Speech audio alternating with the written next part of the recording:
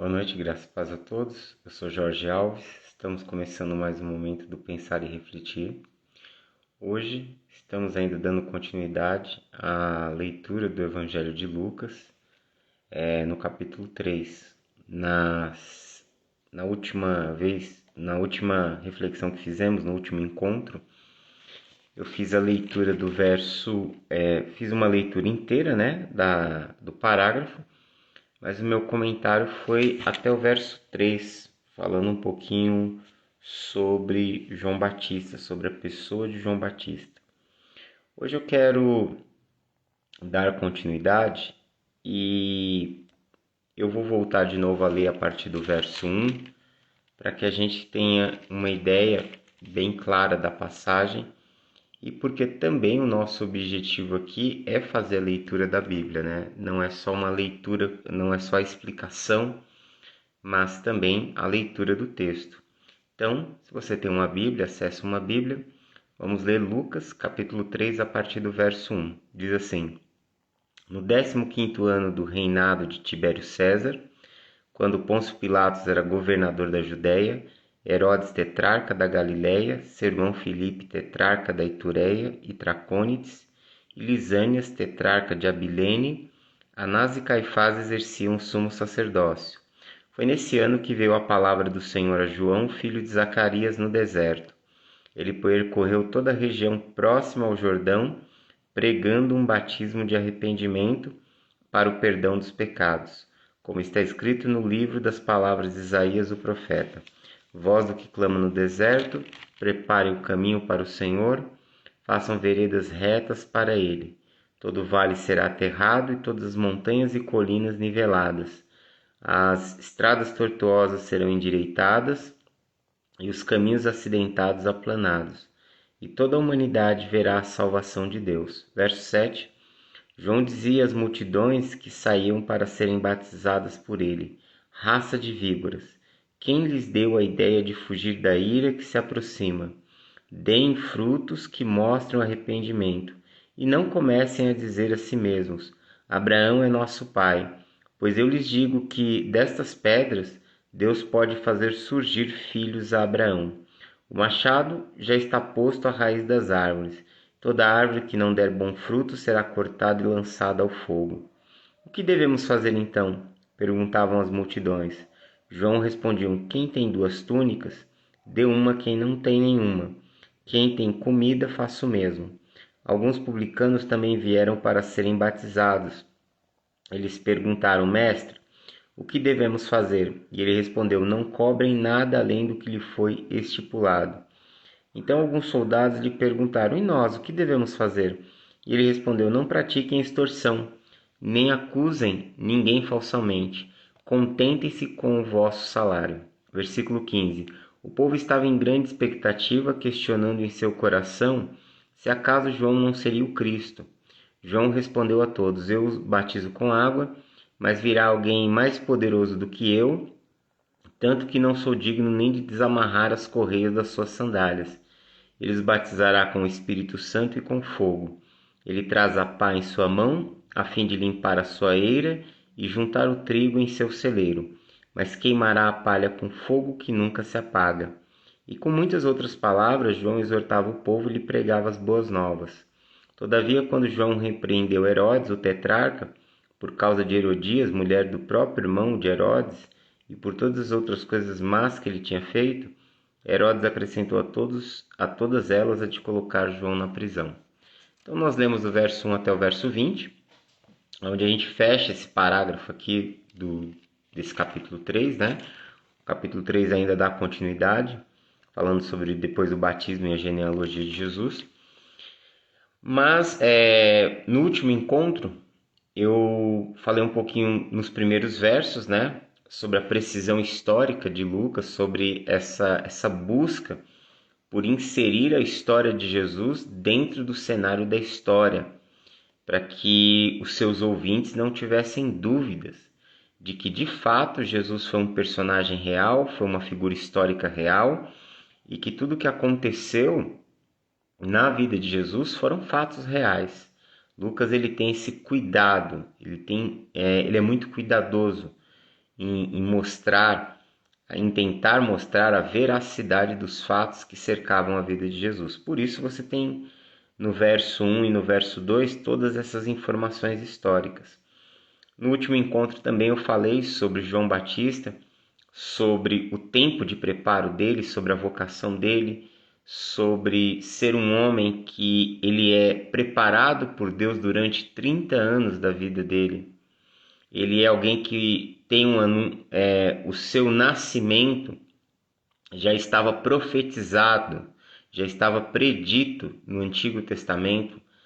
A última, você tem uma profecia de Isaías, que é até citada aqui, que é Isaías capítulo 40, e você tem uma profecia de Malaquias falando sobre João Batista, ou seja, já estava no plano e no propósito do Eterno que ele viesse a esse mundo. Ainda assim, a sua vida foi de muitos anos de preparo para um ministério extremamente curto. O ministério de João Batista durou cerca de 1 ano, do momento que ele começou a pregar e a anunciar, né, a chegada do reino de Deus e a batizar pessoas, até o seu cárcere, né, até a sua prisão e a sua morte, deu cerca de 1 ano e pouco. Então, assim, um ministério relativamente curto. E aí eu falei um pouco sobre como Deus ele trata com a gente no tempo de espera, como nós temos a necessidade de sermos forjados, de sermos formados. E hoje eu quero não falar de João Batista em si, né? Eu já falei isso um pouco sobre ele no último encontro, mas eu quero falar um pouco sobre a mensagem que ele estava transmitindo, sobre o seu ministério em si, sobre a mensagem que ele estava carregando. E aí, vou dar continuidade a partir do verso 3. O verso 3 diz assim: ele percorreu toda a região próxima ao Jordão, pregando um batismo de arrependimento. Ou seja, ele estava ali no deserto da Judéia, na região da Judéia ali, que é uma região que tem um deserto, e foi exatamente nessas proximidades que ele viveu na comunidade de Curã, né, numa comunidade muito provavelmente dos essênios, e ele começa a percorrer aquela região e ele começa a pregar um batismo de arrependimento. O Evangelho de Mateus começa apresentando João com uma mensagem, né? O Mateus capítulo 3 diz que João Batista aparece pregando uma mensagem assim: arrependei-vos, porque é chegado o reino dos céus. A mensagem de João é uma mensagem que anuncia 2 fatos. O primeiro, que é chegado o reino de Deus.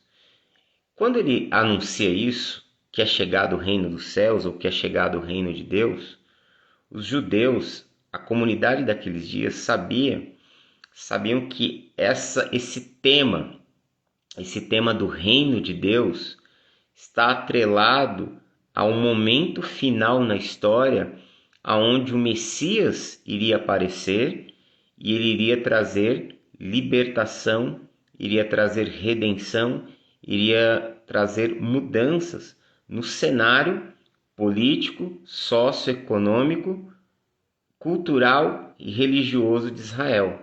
Ou seja, o Messias seria essa figura salvadora. E então, quando João Batista aparece falando que é chegado o reino dos céus, ou o reino de Deus, significa que ele estava dizendo que a era messiânica havia chegado, que o Messias havia chegado, que o Messias estava ali, que o Messias estava às portas. E para que se pudesse ter acesso a esse reino, para que se pudesse ter acesso a essa nova era, esse novo momento na história, uma palavra é anunciada: arrependimento. O que ele estava convidando, o que ele estava anunciando, convocando, aliás, né? Não convidando, mas convocando as pessoas, era um retorno. A ideia de arrependimento, nós podemos pensar com 2 conotações um pouquinho diferentes. Quando você olha para o texto de Lucas, o texto que está escrito em grego, A palavra, o termo que ele usa para arrependimento aqui, em grego é metanoia. Tem um sentido, essa palavra ela tinha um sentido próprio na linguagem grega, porém, na verdade, ele está transliterando uma palavra hebraica chamada shuv. Shuv quer dizer voltar, retornar. Hoje, o judaísmo usa um termo chamado techuvá, quer dizer, o retorno. Aqueles que haviam largado a fé judaica para seguir outros deuses no decorrer da história, as comunidades que nasceram, né, fora da fé monoteísta, hoje são convidados a uma techuvá, ou seja, a um retorno, a uma aliança novamente, a uma volta. Então, o que João Batista está anunciando é que a mensagem que ele está anunciando em si, a ideia de que ele está dizendo que o povo de Israel, que aquela comunidade se distanciou do Senhor, se distanciou seguindo um curso, seguindo o seu próprio curso de vida, e que agora eles são chamados por Deus para fazer um retorno, para se voltarem para o eterno e reconhecerem o seu Messias, o Messias que ele havia trazido. Isso quer dizer que mesmo eles estando num momento onde eu posso dizer que a fé judaica havia evoluído, muitos conceitos haviam mudado, a gente precisa entender que Deus sempre envia profetas em cenários de crises, em cenários caóticos. João Batista e Jesus, eles aparecem como profetas. Jesus não é somente o Messias, mas ele é uma figura profética. E você percebe que, como em toda a história de Israel, toda a narrativa da Bíblia, os profetas eles são enviados por Deus numa época de crise. Seja crise social, seja crise ética, seja crise moral, principalmente crise espiritual, ou seja, aonde as pessoas se afastam da Torá, da palavra do Eterno. Mas aqui, esse momento é um momento onde o arrependimento, esse retorno, na verdade é um anúncio para que aquela comunidade reconheça o Messias. O convite de arrependimento ou o convite de retorno era eles se voltarem para o Messias, se voltarem para aceitar que era chegado esse momento. Nós sabemos que o ministério de Jesus, ele recebeu pouca aceitação em Israel. A sua grande maioria o rejeitou e o condenou como culpado de um crime de heresia, de blasfêmia. Essa é a acusação que lançam contra Jesus. E então o seu próprio povo o rejeita. Então, esse chamado ao arrependimento, esse chamado ao retorno, ele era um chamado para que a comunidade de Israel se voltasse para o Messias, que é Jesus. E a comunidade de Israel acaba rejeitando a Jesus como Messias, acaba inferindo, participando ativamente da sua morte, da sua crucificação. Isso também já havia sido predito pelos profetas no Antigo Testamento, né? No Primeiro Testamento. Então, esse chamado, João ele faz um chamado duplo. Ele está anunciando que é chegado essa era messiânica, que é chegado o reino de Deus e que havia necessidade de eles se voltarem para o Messias e reconhecerem. Logicamente que esse chamado de João não era somente um chamado para reconhecer o Messias, mas que eles deveriam retornar para serem a sociedade que Deus desejou e deu as suas leis para que esse tipo de sociedade, uma sociedade ideal, fosse construída. E essa sociedade do reino de Deus, essa sociedade que precisava ser construída, essa sociedade que era o ideal da vontade de Deus, estava longe, muito longe. Havia muita corrupção, havia muitas injustiças, havia muita opressão, havia muitas maldades. Como eu disse há pouco, os profetas eles aparecem num cenário de injustiças. Deus envia profetas em épocas de muito caos, de muita desordem, exatamente para anunciar uma mensagem que confronta aquela realidade, que confronta a maneira como aquela sociedade está vivendo, os julgamentos que ela está fazendo, as coisas que ela está apoiando. Então, o profeta, no texto da Bíblia, o profeta em Israel, ele tem uma função de confrontar os valores éticos, os valores morais, os valores sociais, os valores políticos. Políticos.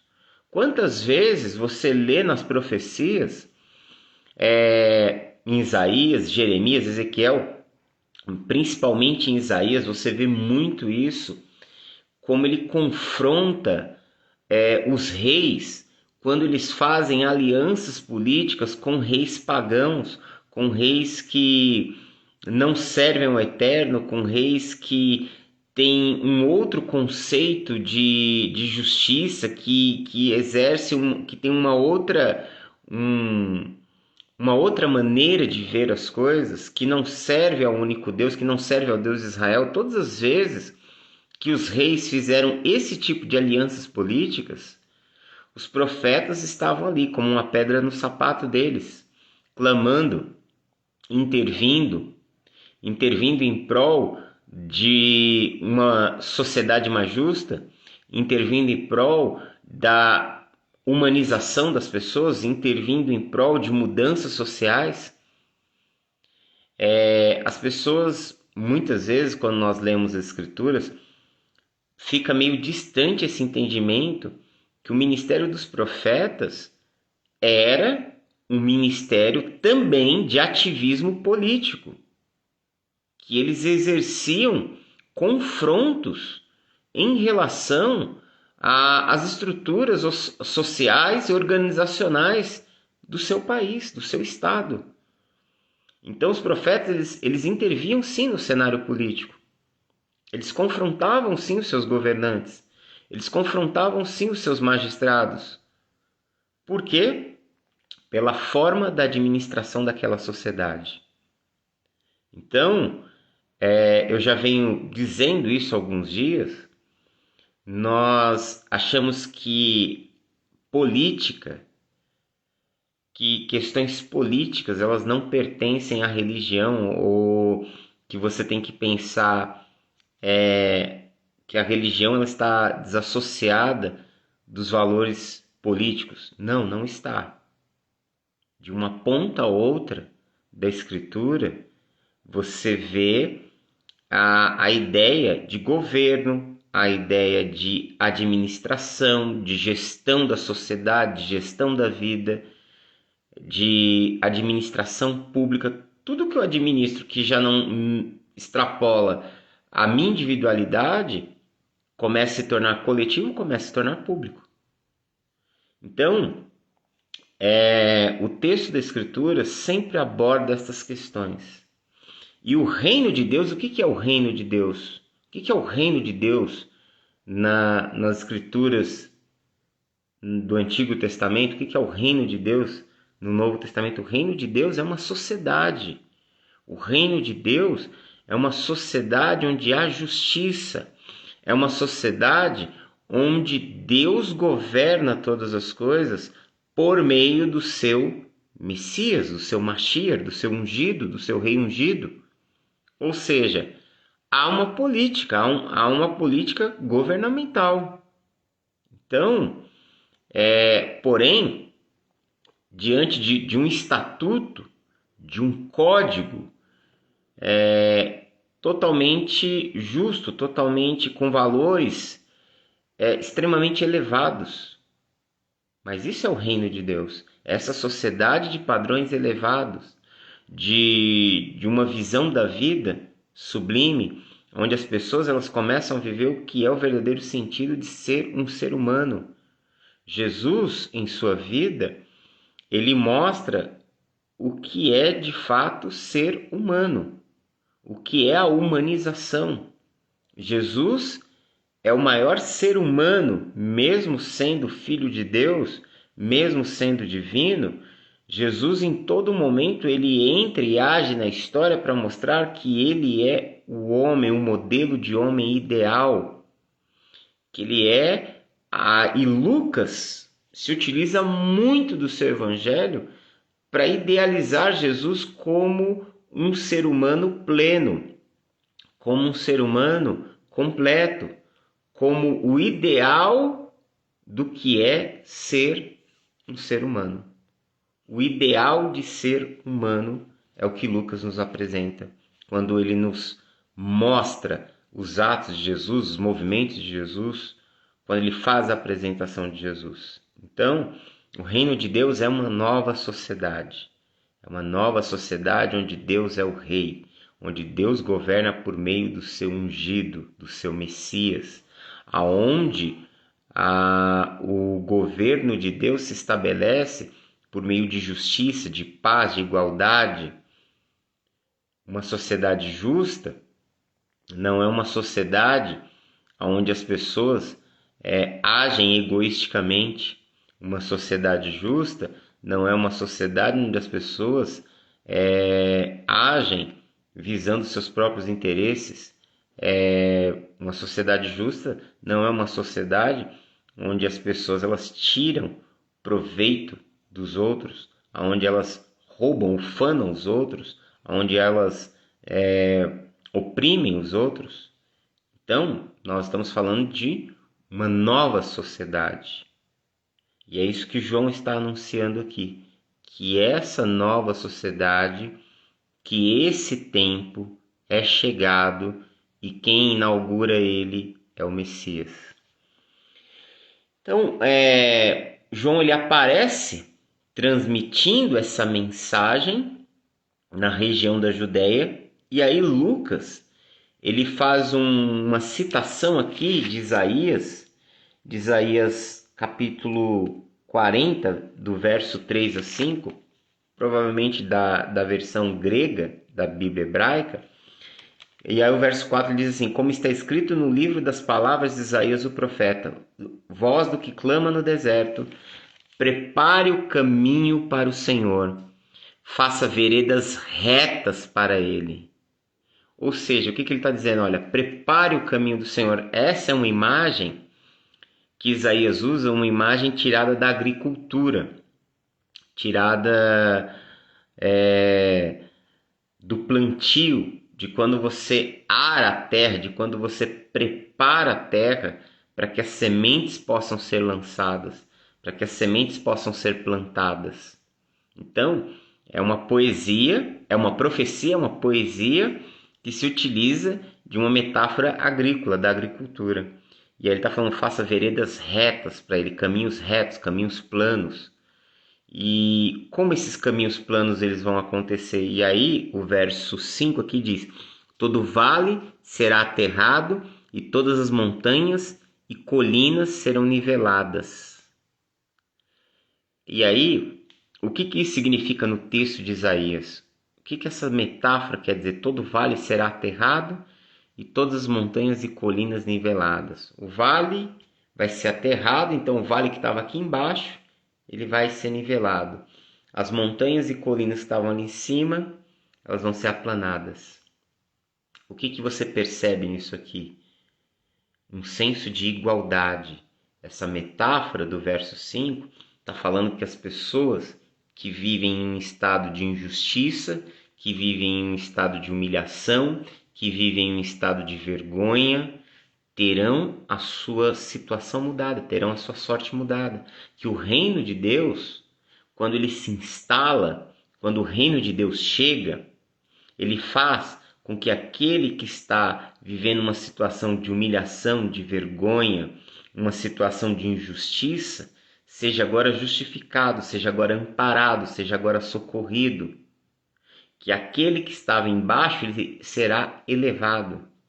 Porém, quando ele fala, os montes e colinas serão aplanadas, serão trazidas para baixo, ele está falando do quê? Dos poderosos, está falando do orgulho dos poderosos.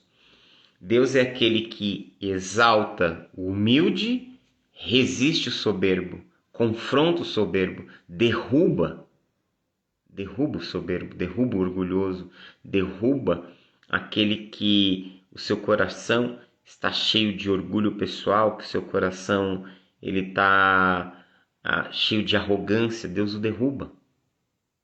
Então, ele vai derrubar os poderosos e levantar os humildes.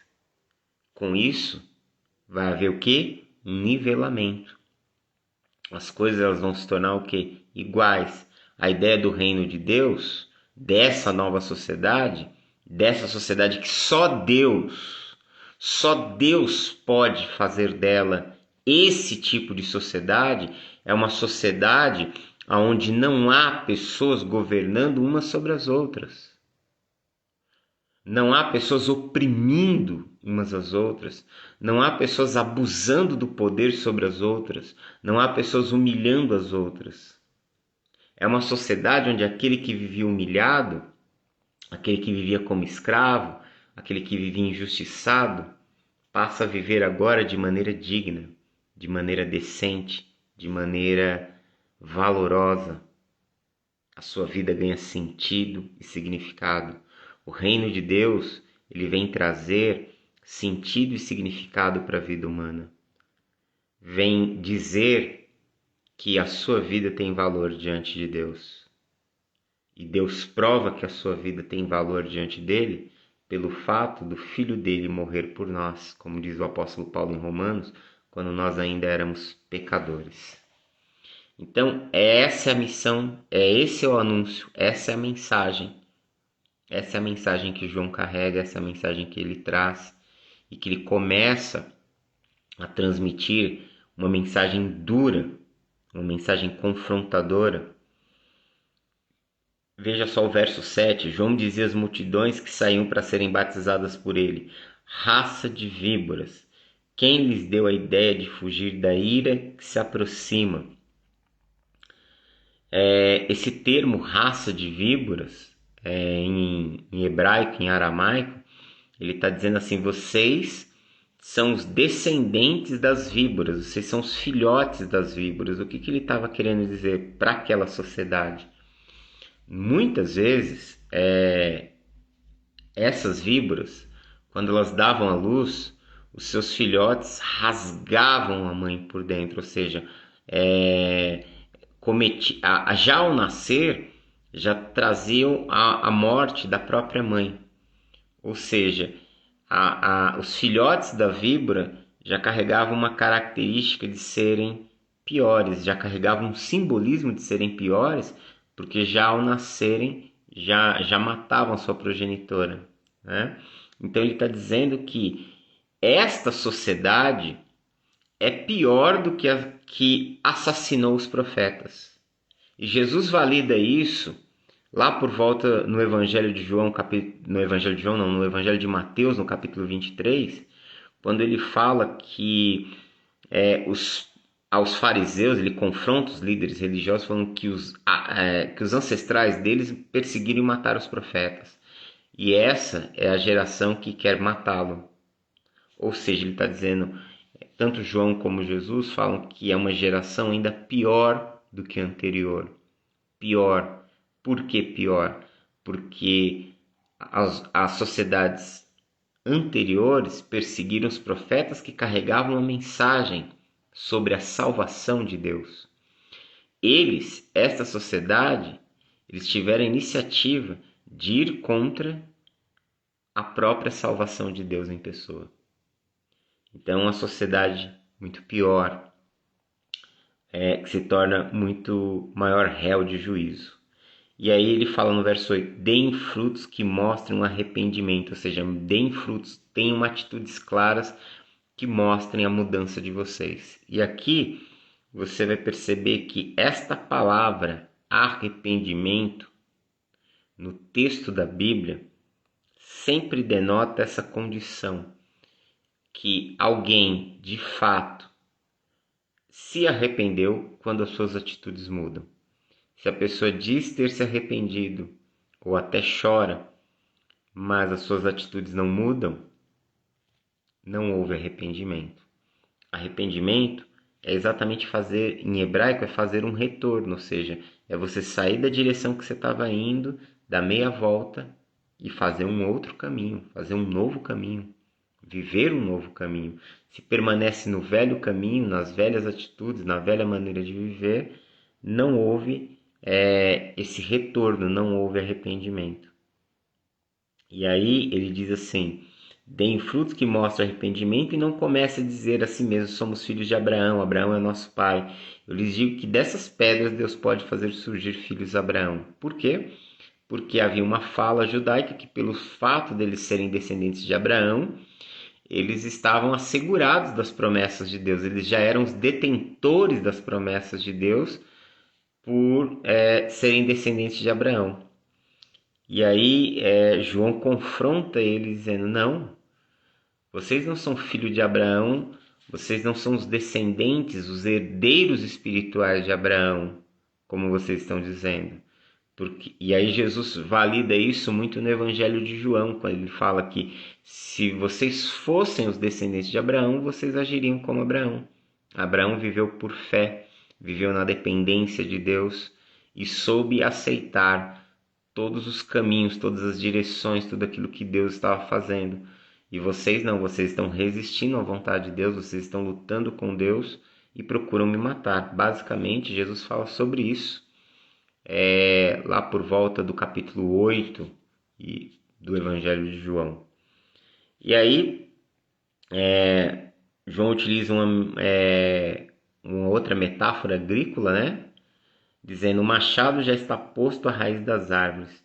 Toda árvore que não der bom fruto será cortada e lançada no fogo.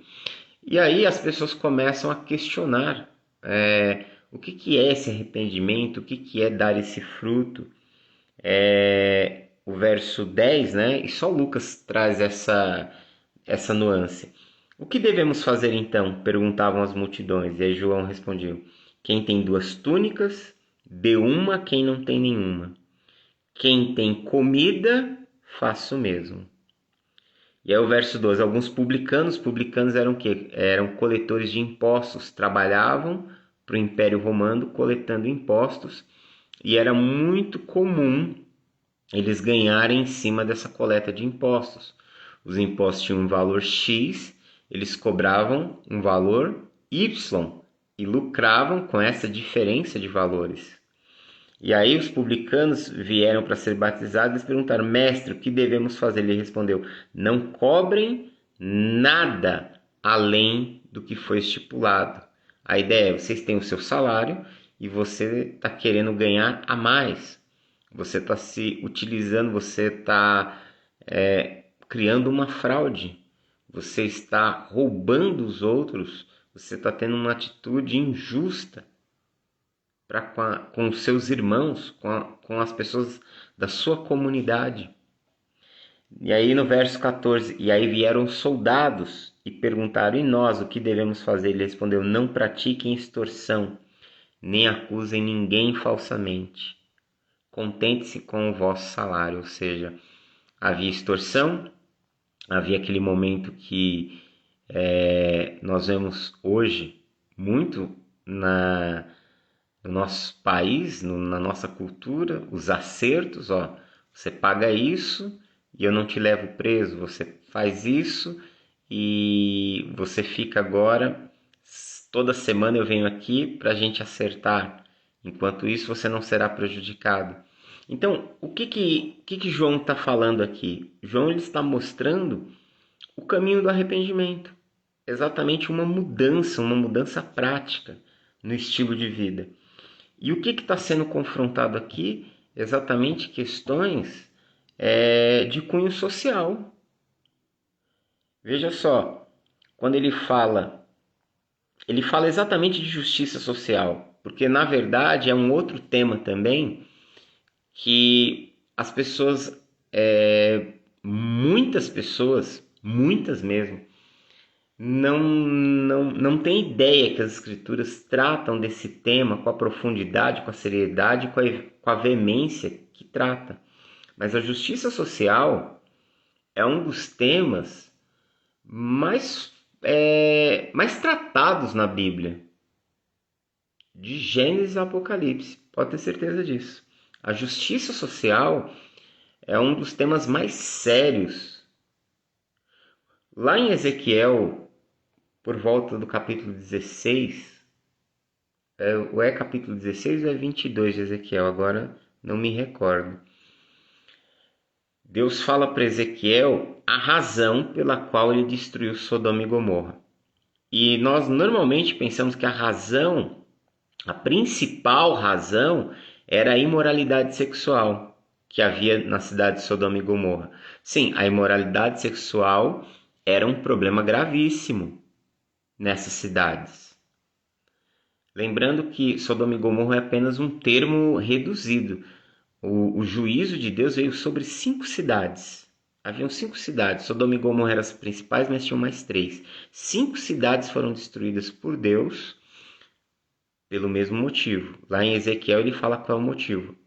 No primeiro momento a gente olha e acha que a maldade de Sodoma e Gomorra e essas cidades adjacentes era a sua imoralidade. Era um problema gravíssimo, sim.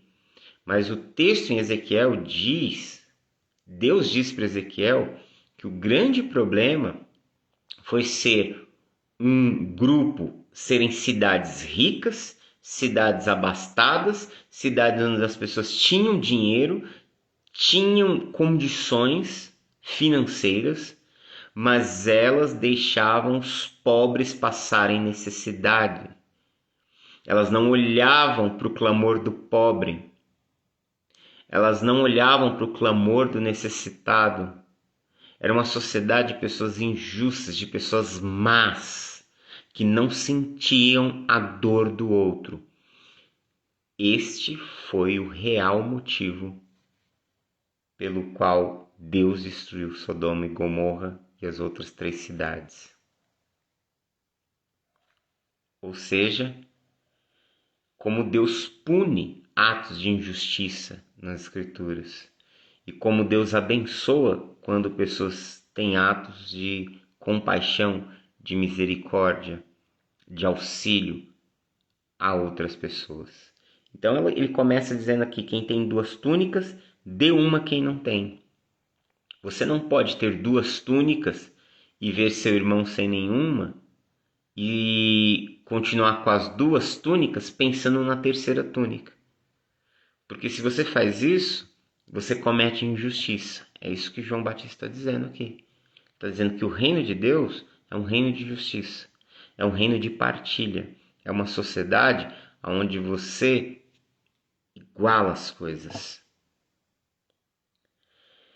Embora a gente saiba que o projeto do reino de Deus é uma sociedade para o futuro, lá e além, a ideia é que ela começa no aqui e agora. E que nós nos tornamos, e nós nos tornamos mesmo cidadãos deste reino, dessa sociedade, quando as nossas atitudes são atitudes que tenham a grandeza, que tenham a dimensão dessa sociedade. Ou seja, quando a nossa justiça, e é isso que Jesus fala no Sermão da Montanha, lá em Mateus capítulo 5, se a justiça de vocês não exceder, não ultrapassarem muito a justiça dos fariseus, vocês não poderão ver o reino dos céus. Jesus está dizendo, olha, esta sociedade que Deus está implantando, este novo mundo, esta nova era, esse novo tempo, é caracterizado por pessoas que são capazes de se solidarizarem com a dor do outro. São pessoas que são capazes de ter empatia pelo sofrimento do outro, que são pessoas que não estão olhando para o seu próprio umbigo, que não são pessoas egocêntricas, egoístas, que só pensam em si mesmas, no seu próprio bem. Não, a sociedade, os cidadãos do reino de Deus são aqueles que deixam muitas vezes de ficar olhando para si e começam a olhar para os lados, começam a olhar para o outro, começam a olhar para aquele que sofre, começam a olhar e a agir em relação às necessidades. Começa a ter esse tipo de atitude. Começa a se descentralizar de si mesmo, começa a cuidar do outro, começa a deixar de ter aquele amor narcisista, egoísta e passa a cultivar o verdadeiro amor semelhante ao amor de Deus, porque o amor de Deus se expressa em doar. O amor de Deus se expressa em dar. O amor de Deus se expressa em doar e dar. Ele deu a vida do seu filho. O amor de Deus é um amor doador. Ele é um amor altruísta. O que isso quer dizer? É um amor, como o apóstolo Paulo diz, que tudo sofre, tudo suporta, tudo espera. É um amor que abre mão das suas próprias vontades, muitas vezes, em detrimento do bem do outro. Que muitas vezes precisa, às vezes, se anular para que o outro possa crescer, para que o outro possa ser alcançado. É nessa dimensão de amor que o reino de Deus acontece.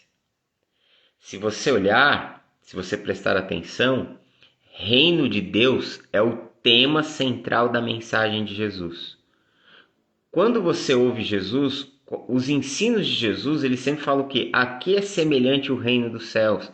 Ao que é semelhante ao reino de Deus? As parábolas que Jesus conta são parábolas que ele quer falar sobre o quê? Sobre o reino de Deus. As pessoas acham, e por muito tempo isso foi culpa da Idade Média, o medievalismo, a Idade Média, colocou isso em voga, que a igreja era o centro de tudo. Nos evangelhos e na pregação e no ensino de Jesus, a igreja não é o centro. Na pregação e no ensino de Jesus, o reino de Deus é o centro. O reino de Deus é a mensagem principal. O que é a igreja para Jesus? O que é a igreja nos evangelhos? Primeiro que a palavra igreja só aparece 2 vezes nos 4 evangelhos, só no evangelho de Mateus, no capítulo 16 e no capítulo 18. São as únicas 2 citações da palavra igreja dentro dos evangelhos. Mas Jesus em todo o tempo está falando que ele veio anunciar um reino. Quando você olha para João Batista, ele começa pregando: arrependei-vos porque é chegado o reino dos céus. Você olha lá em Mateus 3, verso 1, está isso. Quando você olha para o capítulo 4 do Evangelho de Mateus e diz que Jesus aparece dizendo: arrependei-vos porque é chegado o reino dos céus. É o reino de Deus que é o tema central da mensagem de Jesus. É o reino de Deus que Jesus veio manifestar nesse mundo. Ele é o Messias, ele é o rei ungido, ele é aquele que estabelece esse reino, que estabelece esse governo, que estabelece essa nova sociedade, que estabelece esse novo mundo. De forma parcial, na sua primeira vinda, na sua encarnação, e de forma plena, quando ele vier novamente, no seu retorno. Ele estabelecerá esse reino, ele estabelecerá essa nova sociedade.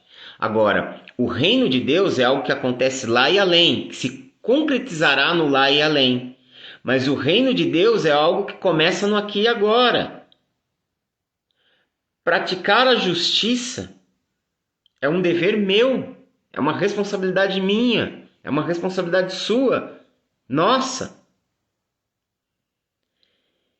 É ter essa atitude de compadecimento. Por que Jesus resume toda a Torá em 2 únicos mandamentos? Ele faz uma síntese da Torá dizendo: ame o Senhor de todo o seu coração, com toda a sua força, de toda a sua alma E nas nossas traduções, a palavra força em relação ao texto de Deuteronômio, porque Jesus está citando o quê? O Shema, a oração principal do judaísmo. Ouve, ó Israel, o Senhor teu Deus é o único Senhor, pois amarás o Senhor teu Deus de todo o teu coração, com toda a tua alma e com todas as tuas forças. Na verdade, o texto em hebraico diz posses. Amarás o Senhor teu Deus de todo o seu coração, com toda a sua alma e com todas as suas posses. Ou seja, com tudo aquilo que você tem, com tudo aquilo que você tem na sua vida, você vai amar a Deus. E aí ele fala, Jesus ele sintetiza toda a Torá, dizendo, amar a Deus acima de todas as coisas. E amar o próximo, como você ama você mesmo. Você não deseja mal para você. Pelo menos não se você está em perfeitas condições de sanidade, né? Você não deseja o mal, você muito pelo contrário, a gente quer o melhor para a nossa vida, a gente busca isso, a gente luta por isso. Tem gente que perde a vida e a alma por essas coisas. Então, o bem que você quer para você, faça para o outro. O mal que você não quer para você, não faça para o outro. E se resume toda a lei e os profetas, é isso que Jesus disse. É isso que caracteriza essa sociedade, o reino de Deus. É uma sociedade de homens e mulheres que entenderam que o amor a Deus, acima de tudo, a centralidade de Deus em nossa vida, mas esse amor a Deus se reflete em atitudes de misericórdia, de compaixão e de bondade para com o outro. Principalmente para aqueles que estão em situação de vulnerabilidade. E é isso que João confronta eles. Confronta as pessoas, os publicanos, os soldados, todos que estavam ali. Ok? Eu vou parar por aqui. E aí, amanhã, no próximo encontro, nós vamos para a terceira e última parte dessa mensagem aqui. Que nós possamos refletir sobre isso. A igreja, o que é a igreja? Eu entendo, eu penso na igreja, pelo menos olhando para as Escrituras, olhando para Jesus, olhando para o livro de Atos, olhando para os Evangelhos, a igreja, ela é um sinal histórico do reino de Deus. Tem um provérbio no taoísmo, um provérbio taoísta, que diz assim, quando alguém te apontar a direção da lua, preste atenção na lua. Às vezes prestamos atenção no dedo e esquecemos da lua. Vamos pensar que a igreja é o dedo que aponta para a lua. A igreja é um sinal histórico do reino de Deus, ou seja, a igreja ela existe para manifestar o reino. A igreja ela existe para anunciar o reino de Deus. O reino de Deus é o reino de Deus que traz salvação. É esse momento é o governo de Deus que traz salvação na história. Essa manifestação do governo de Deus, da presença de Deus, do reconhecimento de que Ele é tudo, de que Ele é Senhor de tudo, de que todas as coisas lhe pertencem, inclusive a nossa vida, a nossa história e todas as coisas. Então a igreja, ela está para anunciar, manifestar o reino de Deus. Essa é a razão de ser da igreja. E ela faz isso anunciando as boas novas do Evangelho. Ela faz isso agindo nas esferas da vida, em todas as dimensões da vida, porque o Evangelho que é anunciado é o Evangelho que é vivido. A boa nova do Evangelho de que Deus está reconciliando consigo o mundo, não lançando no rosto dos homens as suas acusações, mas trazendo perdão, justiça e paz, significa que Deus está construindo um novo ser em nós, um ser semelhante ao seu Filho, para que vivamos na altura dessa nova sociedade, desse novo reino e para que manifestemos esse reino no mundo. Essa é a missão da igreja. A missão da igreja é anunciar o reino, é manifestar o reino, pregando, proclamando, que esse é o termo do Novo Testamento, proclamando, anunciando, mas também agindo. Então, existe a fala, o anúncio, mas existe também o serviço.